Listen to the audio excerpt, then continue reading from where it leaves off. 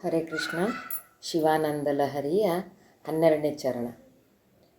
ಗುಹಾಯಾಂ ಗೇಹೇ ವಾ ಬಹಿರಪಿ ವನೆ ವಾದ್ರಿ ಶಿಖರೆ ಜಲೆ ವಾ ವಹ್ನೌ ವಾ ವಸತು ವಸತೇಃ ಕಿಂ ವದ ಫಲಂ ಸದಾ ಯಸ್ಯೈವಾಂತಃ ಕರಣಮಪಿ ಶಂಭೋ ತವ ಪದೇ ಸ್ಥಿತಂ ಚೇದ್ಯೋಗೋಸೌ ಸ ಚ ಪರಮಯೋಗಿ ಸ ಚ ಸುಖೀ.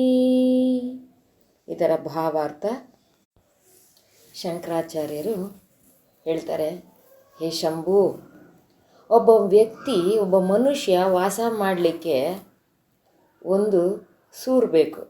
ಅದು ಗುಹೆ ಆಗಿರ್ಬೋದು, ಮನೆ ಆಗಿರ್ಬೋದು, ಬಹು ಅಂತಸ್ತಿನ ಕಟ್ಟಡವಾಗಿರ್ಬೋದು, ಹೊರಗಡೆ ಇರ್ಬೋದು, ಒಳಗಡೆ ಇರ್ಬೋದು, ಕಾಡಿನಲ್ಲಿರ್ಬೋದು, ಬೆಟ್ಟದ ಶಿಖರದಲ್ಲಿರ್ಬೋದು, ನೀರಿನಲ್ಲಿರ್ಬೋದು, ಅಥವಾ ಬೆಂಕಿಯಲ್ಲಿ ವಾಸಿಸ್ಬೋದು. ಆದರೆ ಅದರಿಂದ ನನಗೇನು ಫಲ?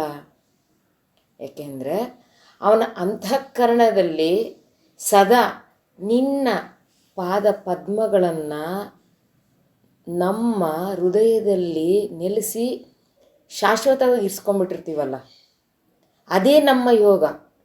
ನಾನು ಎಲ್ಲಿ ವಾಸ ಮಾಡಿದ್ರೆ ಏನು ಫಲ? ಸದಾ ನಾನು, ನನ್ನ ಆತ್ಮ, ನನ್ನ ಶರೀರ, ನನ್ನ ಮನಸ್ಸು ಎಲ್ಲವೂ ನಿನ್ನ ಚರಣ ಕಮಲದಲ್ಲಿ ಸದಾ ನೆಲೆಸಿರುತ್ತೆ. ಇದಕ್ಕಿಂತ ದೊಡ್ಡ ಯೋಗ ಮತ್ತೊಂದಿಲ್ಲ. ನನಗಿಂತ ದೊಡ್ಡ ಪರಮಯೋಗಿ ಮತ್ತೊಬ್ಬನಿಲ್ಲ.